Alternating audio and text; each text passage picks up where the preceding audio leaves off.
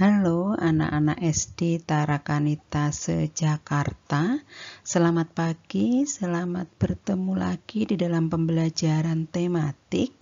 Hari ini hari Jumat, tanggal 16 Juli 2021. Anak-anak kita akan belajar tema 1, organ gerak hewan dan manusia. Subtema 1, organ gerak hewan.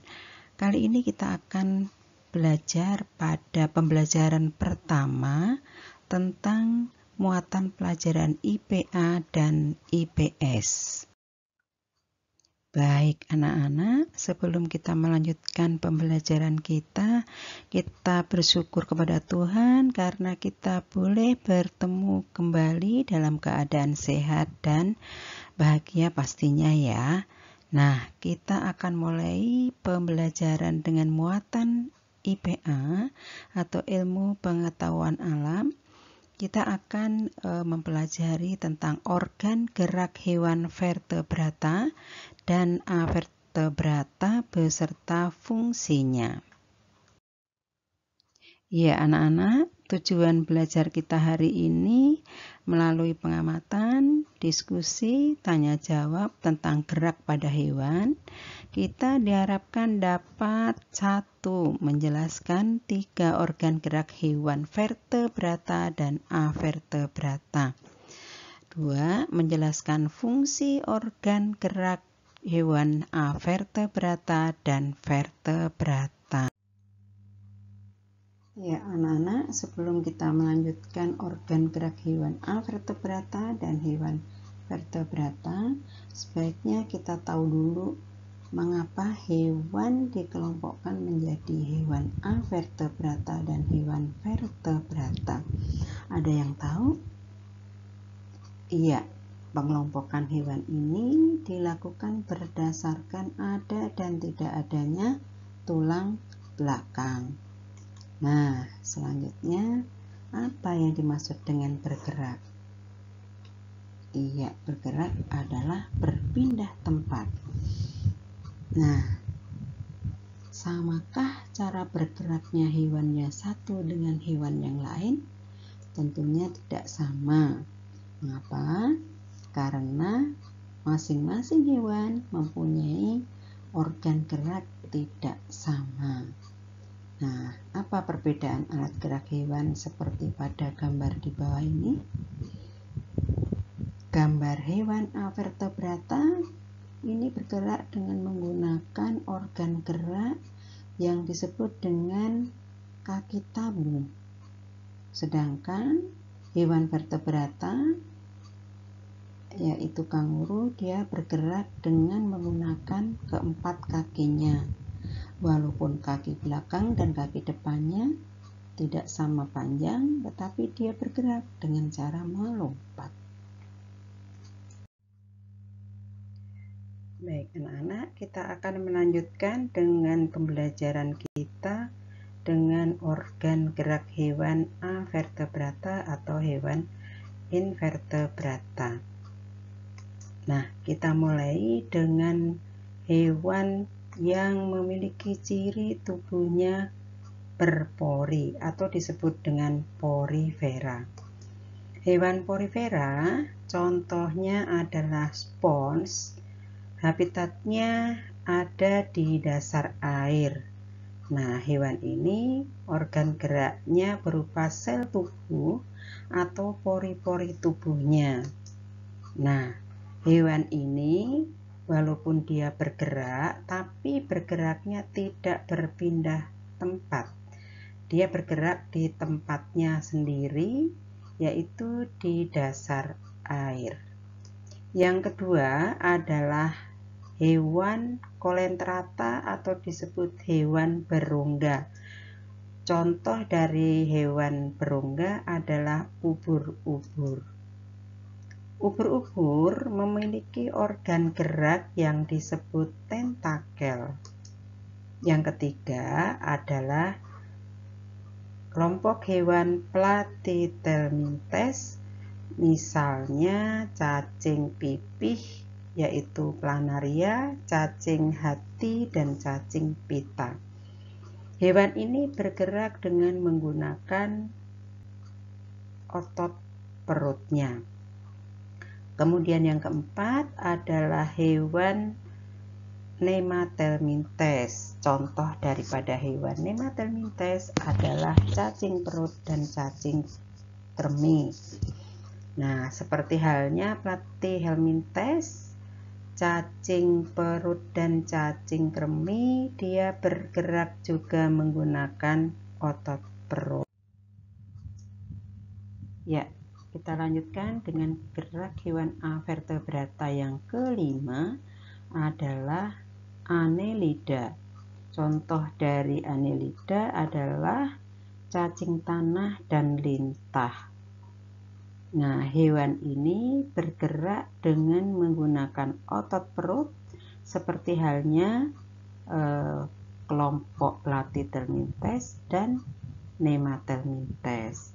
Anak-anak, untuk berikutnya yang keenam adalah moluska atau disebut dengan hewan lunak.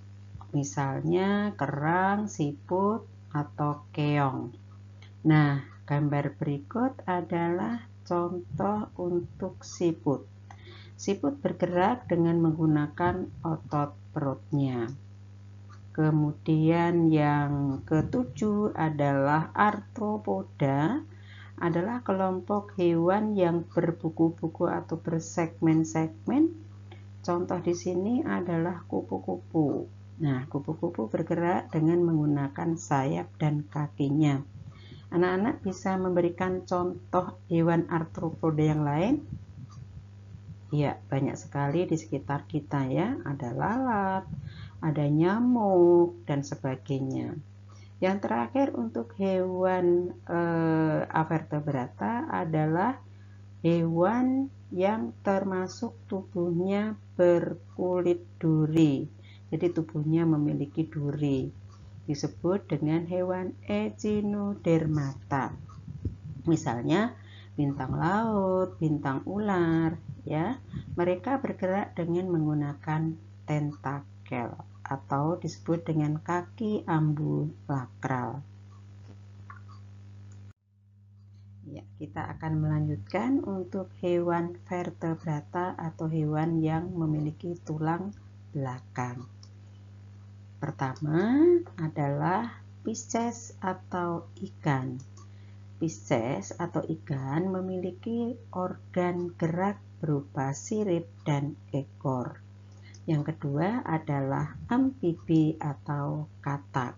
Nah, dalam kehidupannya amfibi mempunyai dua tahap, yaitu tahap menjadi berudu dan tahap katak dewasa. Ketika katak dalam bentuk berudu atau kecebong, dia akan bergerak dengan menggunakan ekor. Namun ketika dia sudah dewasa, dia bergerak dengan menggunakan kaki dengan cara melompat. Yang ketiga adalah reptilia atau reptil. Contoh hewannya di sini adalah ular dan buaya. Nah, ular berpindah tempat atau bergerak dengan menggunakan otot perut, sedangkan buaya bergerak dengan menggunakan kaki. Kelompok hewan yang keempat untuk vertebrata adalah kelompok aves atau burung. Burung atau aves bergerak menggunakan kaki dan sayap. Kaki untuk berjalan atau bertengger di pohon, sedangkan sayap berguna untuk terbang.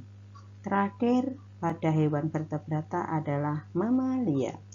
Contoh mamalia adalah harimau, bergerak dengan menggunakan kakinya. Baik anak-anak, kita akan mengakhiri pembelajaran IPA kita dengan membuat kesimpulan. Kesimpulan kita mengenai gerak hewan, yaitu ada dua, hewan avertebrata dan hewan vertebrata. Untuk hewan avertebrata, kita bisa ambil kesimpulan bahwa hewan avertebrata ada yang bergerak dengan menggunakan pori tubuh, ada yang bergerak dengan menggunakan tentakel, otot perut, kaki, dan sistem kaki tabung atau kaki ambulakral. Sedangkan hewan vertebrata dalam bergeraknya ada yang menggunakan sirip, ada yang menggunakan otot perut, ada yang menggunakan kaki dan sayap. Sekarang kita beralih pada muatan pelajaran ilmu pengetahuan sosial atau IPS. Kita akan melihat tujuan pembelajarannya, yaitu melalui kegiatan mengamati gambar. Peserta didik mampu menemukan 50 besar yang ada di Indonesia dan perubahan alam akibat perilaku manusia dengan tepat. Nah, materi yang kita pelajari berarti tentang 50 besar di Indonesia beserta batasnya, serta kita akan mempelajari mengenai perubahan alam.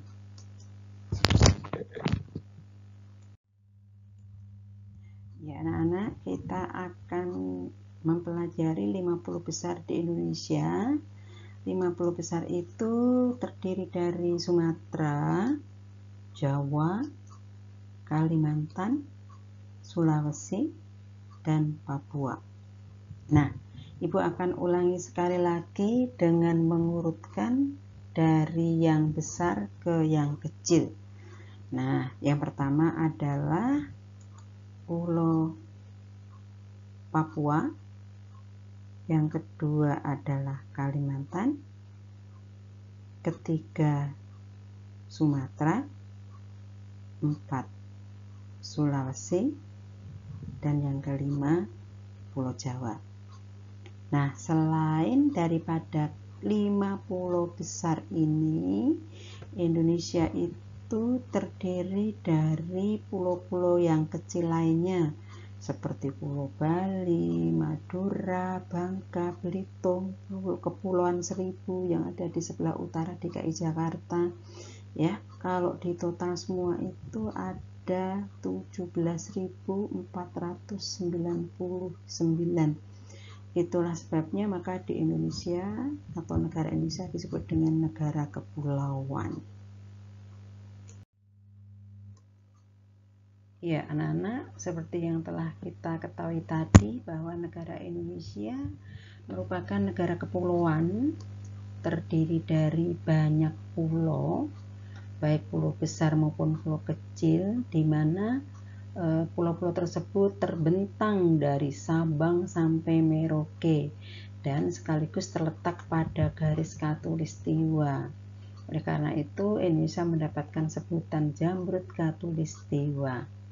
Nah, selain Indonesia mendapatkan julukan negara kepulauan, negara kita juga mendapatkan julukan negara maritim. Nah, ada yang tahu mengapa Indonesia disebut sebagai negara maritim? Ya, Indonesia disebut sebagai negara maritim karena wilayah Indonesia selain daratan yang terdiri dari banyak pulau, juga disebut sebagai negara yang memiliki wilayah perairan luas. Nah, itulah maka negara kita disebut sebagai negara maritim. Nah, anak-anak, kalau kita lihat peta Indonesia yang terdiri dari 34 provinsi, Indonesia ini bisa dikatakan bahwa secara geografis Indonesia terletak pada wilayah yang terbentang di antara 2 benua dan 2 samudra. 2 benua dan 2 samudra itu benua apa saja dan samudra apa saja? Samudranya ada Samudra Pasifik dan Samudra Hindia. Samudra Pasifik itu letaknya di sebelah utara, ya, sedangkan Samudra Hindia itu di sebelah selatan Kepulauan Indonesia. Sedangkan 2 benua itu benua Australia, ini yang berwarna putih, dan benua Asia. Nah, Asia itu meliputi wilayah yang berbatasan dengan Indonesia. Nanti ada Malaysia, Thailand, Singapura, dan sebagainya.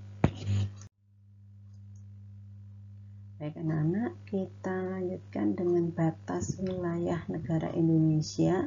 Kita mulai dengan wilayah batas sebelah utara, yaitu dibatasi dengan sebelah sini itu ada Selat Malaka, kemudian Laut Andaman, ya, daerah sini, kemudian Laut Sulawesi, daerah sini, kemudian Laut Cina Selatan atau Laut Tiongkok Selatan, itu sebelah sini, kemudian Malaysia Timur yang berdekatan dengan Kalimantan, dan Samudra Pasifik.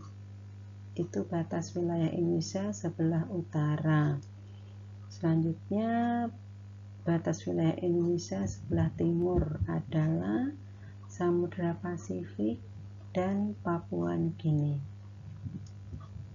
Sedangkan batas sebelah barat adalah Samudra Hindia, ya, di sebelah barat sini termasuk Samudra Hindia, dan pada batas sebelah selatan adalah Australia, benua Australia atau negara Australia, kemudian Samudra Hindia, Laut Timur itu ada di sini ya, nanti berbatasan dengan Timor Leste, dan Laut Arafura. Baik anak-anak, kita lanjutkan dengan materi yang kedua adalah perubahan alam. Maksudnya di sini adalah perubahan alam yang sering terjadi di wilayah Indonesia, baik di pulau-pulau besar maupun pulau-pulau kecil. Nah, perubahan alam itu terjadi karena adanya peristiwa alam itu sendiri, jadi secara alami, maupun terjadi karena adanya perilaku manusia. Jadi bisa dikatakan bahwa perubahan alam itu dipengaruhi atau disebabkan oleh dua faktor. Faktor manusia yang pertama dan faktor alam itu sendiri. Anak-anak bisa memperhatikan gambar di layar ini, ada beberapa gambar ya tentang kerusakan alam yang menyebabkan adanya perubahan alam. Baik, gambar yang pertama kalau kita perhatikan adalah gambar gunung meletus, Gunung Merapi meletus. Nah, ini dapat menimbulkan adanya perubahan alam, yaitu perubahan lingkungan yang ada di sekitar gunung meletus. Nah, ini terjadi karena adanya perubahan alam oleh alam itu sendiri. Kemudian kita lihat gambar berikutnya adalah hutan yang hangus terbakar. Nah, ini bisa dipengaruhi oleh ulah manusia atau bisa terjadi karena alam sendiri, karena adanya iklim yang sangat panas. Yang berikutnya adalah gambar di mana manusia menebangi pohon. Nah, ini menyebabkan adanya kerusakan hutan. Berarti perubahan alam ini disebabkan karena manusia. Kemudian gambar berikut di bawahnya juga perubahan alam di mana area seperti pada gambar ini menunjukkan lahan yang terbuka. Nah, ini juga bisa dikatakan karena ulah manusia ini ya. Jadi area yang terbuka mungkin bisa dipergunakan untuk tempat wisata dan sebagainya. Kemudian gambar berikutnya adalah industri atau pabrik yang membuat pencemaran udara. Ini berarti ulah manusia. Dan yang berikutnya adalah pencemaran air, ini juga karena ulah manusia. Nah, anak-anak, itu contoh-contoh perubahan alam yang terjadi tidak hanya di wilayah-wilayah yang jauh dari kita, tapi juga bisa terjadi di sekitar kita. Nah, untuk itu bagaimana kita akan mengatasi? Anak-anak, untuk mendalami pelajaran IPS kita hari ini, kalian nanti mengerjakan latihan soal nomor 1, 2, 3, dan 4, dikerjakan di buku tulis, kemudian nanti hasil pekerjaannya dikirimkan ke GC atau Google Classroom di kelasnya masing-masing. Ya anak-anak, pelajaran hari ini muatan IPA dan IPS kita cukupkan sekian dulu. Kita bisa berjumpa kembali di waktu lain. Semoga apa yang kita pelajari hari ini bermanfaat dan semoga Tuhan senantiasa menyertai kita. Amin.